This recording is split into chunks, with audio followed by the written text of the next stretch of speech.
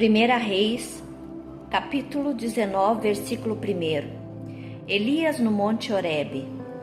Acabe fez saber a Jezabel tudo quanto Elias havia feito e como matara todos os profetas à espada. Então, Jezabel mandou um mensageiro a Elias a dizer-lhe: Façam-me os deuses como lhes aprouver, se amanhã a estas horas não fizer eu a tua vida como fizeste a cada um deles.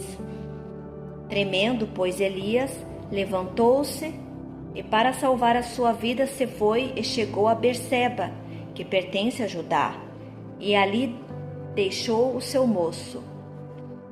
Ele mesmo, porém, se foi ao deserto, caminho de um dia, e veio e assentou-se debaixo de um zimbro, e pediu para si a morte, e disse: Basta, toma agora, ó Senhor, a minha alma, pois não sou melhor que meus pais. Deitou-se, dormiu debaixo do zimbro, e eis que um anjo o tocou e lhe disse: Levanta-te e come. Olhou ele e viu junto à cabeceira um pão cozido, sobre pedras em brasas, e uma botija de água. Comeu, bebeu e tornou a dormir. Voltou segunda vez o anjo do Senhor, tocou-lhe e lhe disse: Levanta-te e come, porque o caminho te será sobremodo longo. Levantou-se, pois comeu e bebeu, e com a força daquela comida caminhou 40 dias e 40 noites, até Horebe, o monte de Deus. Ali entrou numa caverna, onde passou a noite. E eis que lhe veio a palavra do Senhor e lhe disse: Que fazes aqui, Elias?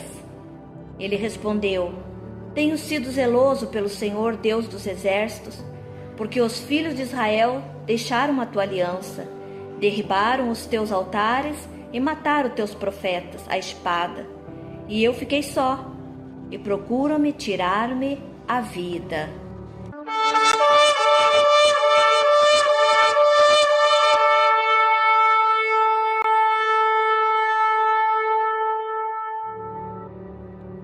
Hoje trago uma palavra de Deus para a sua vida, que através desta palavra, vidas sejam edificadas e alcançadas. O texto aqui relata um homem que está no seu pior momento, mas que dias atrás estava no seu auge. Vemos aqui um profeta cansado, desanimado. Sabemos que muitas pessoas estão como Elias, acuados, cansados pelas circunstâncias da vida. Quantas pessoas estão na caverna como Elias? Elias era um homem com uma grande intrepidez dada pelo Espírito Santo. Homem este que desafiou os falsos profetas de Baal e Azera. Nesta situação que Elias se encontrava, apareceu a ele um anjo que trouxe-lhe um alimento milagroso e espiritual. Através deste alimento, Elias teria condições de caminhar 40 dias até o monte Horebe. Lembrando que poucos capítulos antes, no capítulo 19, versículo 4, debaixo de um zimbro, Elias chegou a pedir a morte. Nós estamos falando aqui de Elias, um dos maiores profetas do Velho Testamento. Foi este mesmo Elias que, por causa da sua intimidade com Deus, pediu que não chovesse, e não choveu 3 anos e meio. Pediu fogo do céu, e o fogo caiu, consumindo o holocausto.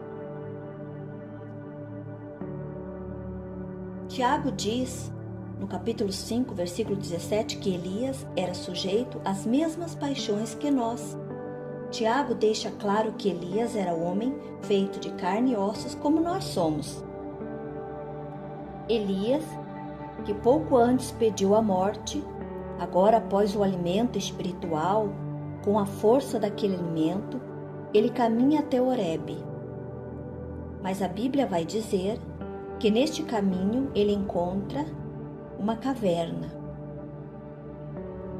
E ali ele entra E quando ele está ali, solitário, pensativo, desanimado, a palavra de Deus vai dizer que o Senhor lhe pergunta: "Que fazes aqui, Elias?" Aqui é importante dizer que homens e mulheres de Deus também desanimam. O dia mau também chega e bate na porta de um homem e de uma mulher de Deus. Porém, temos um Deus que nos guarda nos momentos difíceis de crises existenciais. Elias, após fazer o fogo cair do céu, esperava que Israel se convertesse, porque diziam: "Só o Senhor é Deus." Elias esperava que o povo parasse de servir a outros deuses.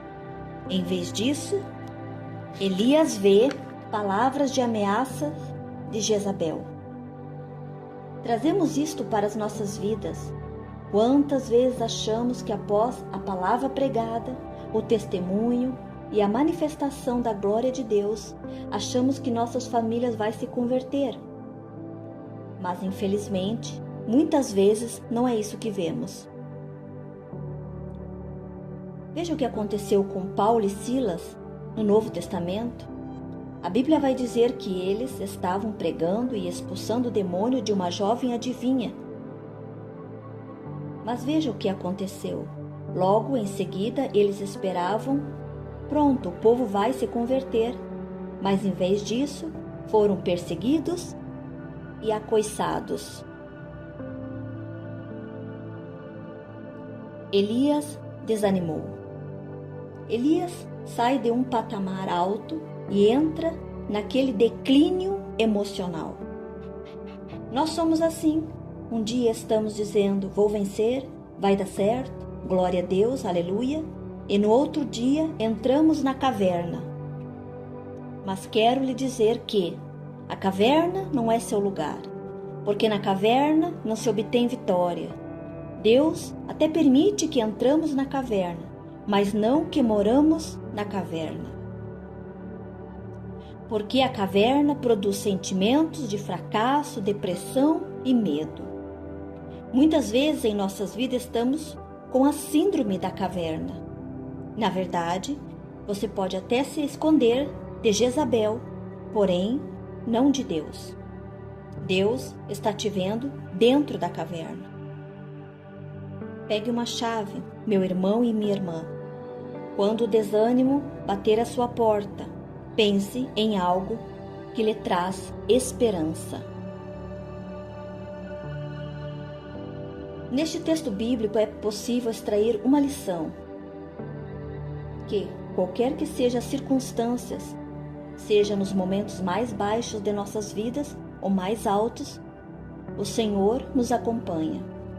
Ele é amigo fiel que não nos deixa na nossa própria sorte, mas, ao contrário, nos sustenta e protege, nos restaura e nos cura. Após Elias ouvir Deus falar com ele, em cima do monte, ele volta para a direção de Deus e unge reis, também Eliseu, que viria a ser o seu sucessor. Agora vamos falar um pouco do lado espiritual desta palavra. Se o inferno não conseguir te parar, ele vai tentar sabotar você. Ele vai tentar te confundir. Táticas do inimigo das nossas almas através do desânimo. O cansaço lhe sabota, e o diabo sabe disto.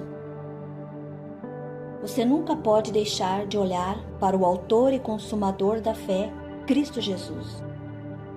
Não substitua o poder do Evangelho, as Escrituras, por nada. É ela que vai te levar para um porto seguro. As Escrituras é o contato com a esperança viva. Já dizia um grande homem de Deus: mexe com a Bíblia, com as Escrituras, que ela mexerá com você. O desânimo, se ele não conseguir roubar a tua alegria, ele pode fazer com que você não celebre o que está acontecendo. Você pode estar vivendo algo extraordinário, mas o cansaço pode não te deixar usufruir disto. Em muitos casos, o cansaço, o desânimo, faz a pessoa parar antes do tempo, ou seja, antes do tempo de Deus de parar. Tente não se preocupar com coisas que você não tem controle, mas governe sobre aquilo que você tem. A fé é uma visão sobrenatural. É aquilo que você crê, mas ainda não vê.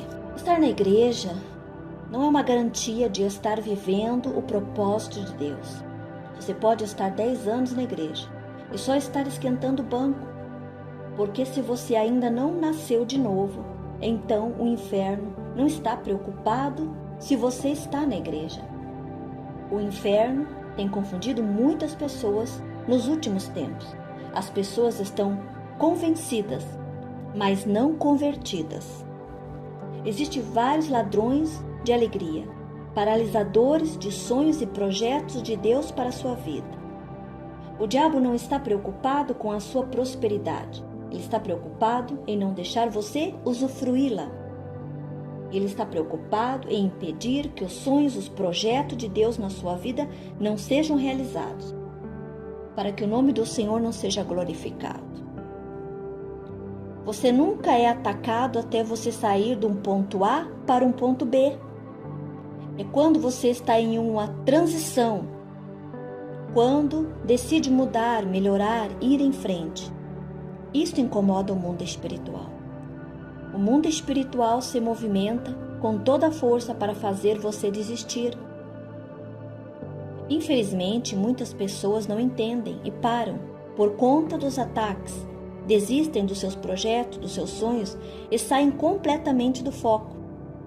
Para finalizar, eu quero dizer que a fé só é paralisada pela dúvida e pelo medo.